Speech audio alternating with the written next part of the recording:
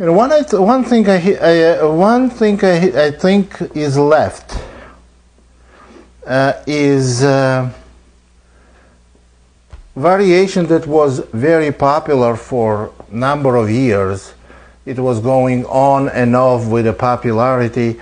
It's 4-pawn attack, e4, d6, f4. Now, let's look at it quickly. We castle, knight f3, c5, d5. Now, what do we play here? We go e6, black goes bishop e2. Here, I would say we take e takes d, and white has two ways to recapture the pawn on d5. One is with a c pawn, one is with an e pawn. I do not recommend e pawn for white. I think it's simply a bad continuation, because we're gonna go bishop rook e8, and on castling bishop f5. This is very good position for black.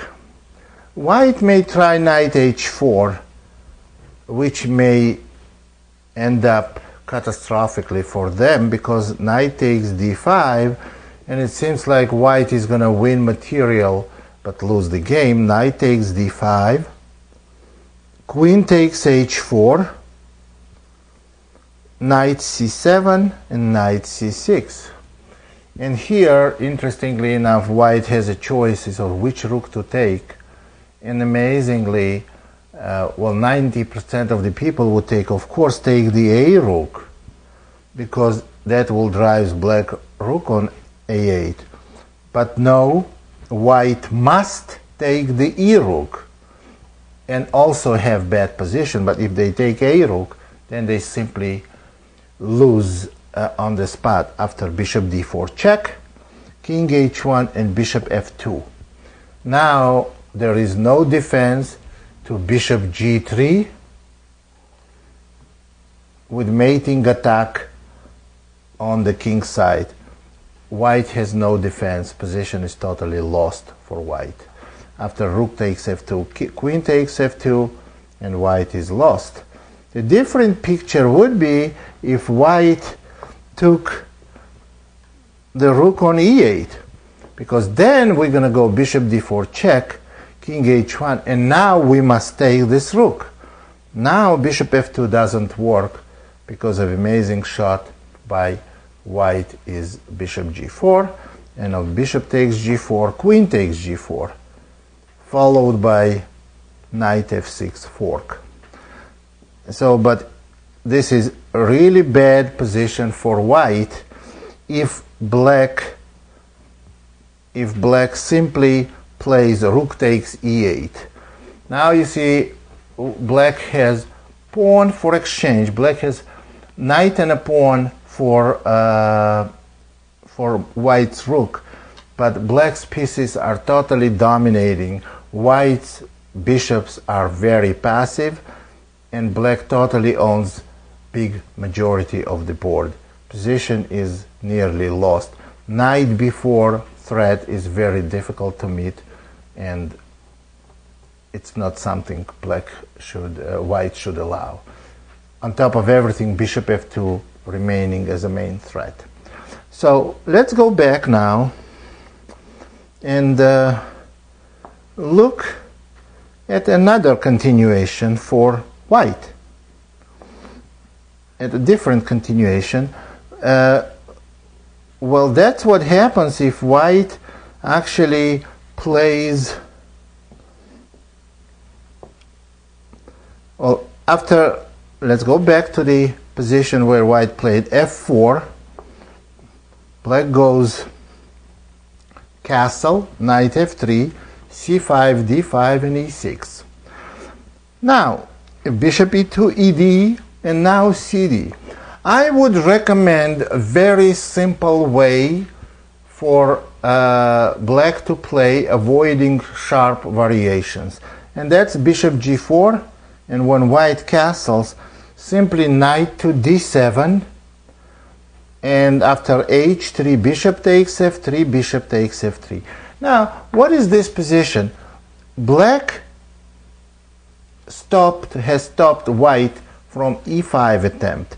They gave away light square bishop because light square bishop would have had difficulties participating in the game when knight is on d7, and black forever stopped attempt of e5 by white.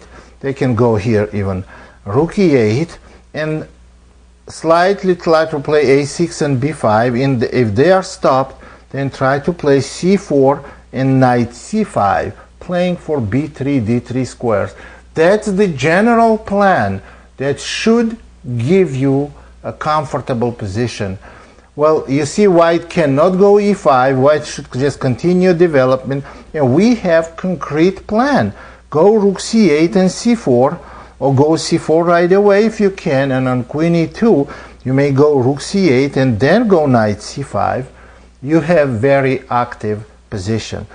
One other variation I want to mention here, actually it's kind of old variation, but it was never part of the theory. It was old. I was analyzing it several years ago, and if white tries to play a little bit differently in 4-pawn attack variation, castle, knight f3, c5, and here d takes c. Well, what should we do then? We're going to go queen a5. Now c takes d is not good because knight takes e4, and knight takes e4 has to be stopped. So bishop d3 is the normal move, and black goes queen takes c5. Now white has to castle short. How can they do it? By playing queen e2, bishop e3, and the castle. After queen e2, what we can play here is simply knight c6, developing, bishop e3, and queen a5. And if white castles, knight g4, and of bishop d2, it's okay to play queen b6 check, and queen takes b2. Black's queen may get trapped there, but it's okay. Black has more than sufficient compensation. Well, white has to play rook b1. Now, rook a b1 or rook f b1? Rook f b1 is weak because of queen a3, and if knight b5, queen takes d3, and followed by knight f2 check. So what has to be done? Played rook a to b1, and after queen a3, knight to b5, and then we go queen takes a2, and now e5. e5 move is played to enable rook a1 threat to shut the black's dark square bishop. So after e5, black plays d takes e, and the rook a1. Queen takes a1, rook takes a1, and e4. This position I would evaluate almost winning for black. White has to play, rook is hanging on a1, either rook a3 or rook f1, only two moves. Rook must be saved, but also after e takes d3, you gotta make sure there is no knight f2 check and fork. So if white goes rook f1, e takes d, queen takes d3, same thing would have been on rook a3, bishop f5, and now if queen moves back, you see the material is black has rook, bishop, and 2 pawns. This by itself is more than sufficient compensation for a queen, and on top of everything, they have very powerful pass pawn on a file, which is going to be very difficult to stop. Actually, after a5, white has problems that I don't think they can solve. a4 and a3 is the direct threat, and plus you have material compensation.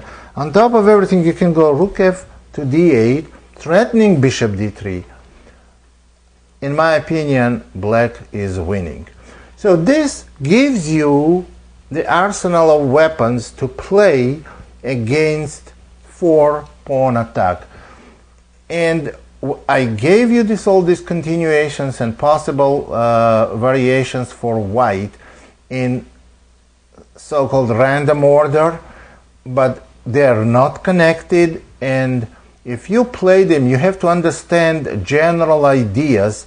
Well, of course, you have to know the correct move order too, and then you're guaranteed to get very playable positions. It does not guarantee you a win or something or a draw, but that's part of the game.